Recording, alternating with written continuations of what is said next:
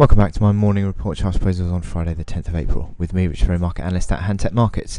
I'm going to move on to cable now, and cable is beginning to break down, isn't it? It's so close. It's on the brink of testing this 46.32 key low, and I've got to change my chart to get to a point at which I can actually see the next level. 5 years ago, back in 2010, these lows that we saw back in sort of late 2010. Let me zoom in on them.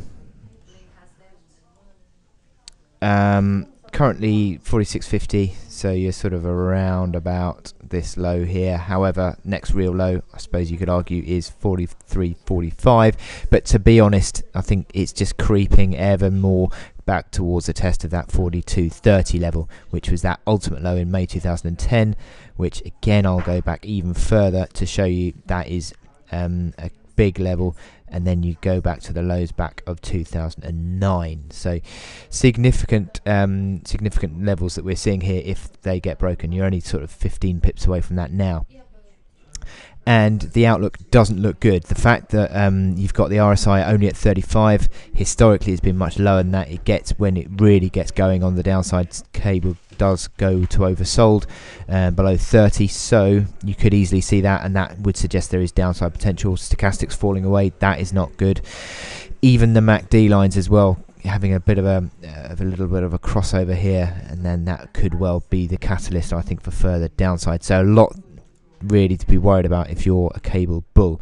Now this is the range that we've been in. This is the hourly chart, the range that we've been in for the past few weeks, really testing the bottom of that range. So you could argue that if you start to close below, if you start to move and say for example got a close below 46.32, you could argue that you could measure the depth of the range, which I suppose from 150 big figure to 46.30 is 370 pips.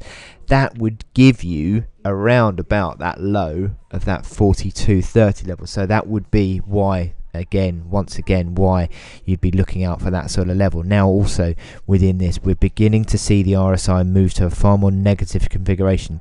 Had been consistently finding support above 30.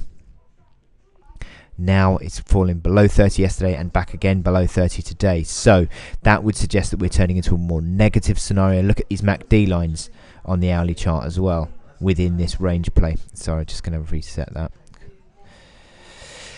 Look at these MACD lines.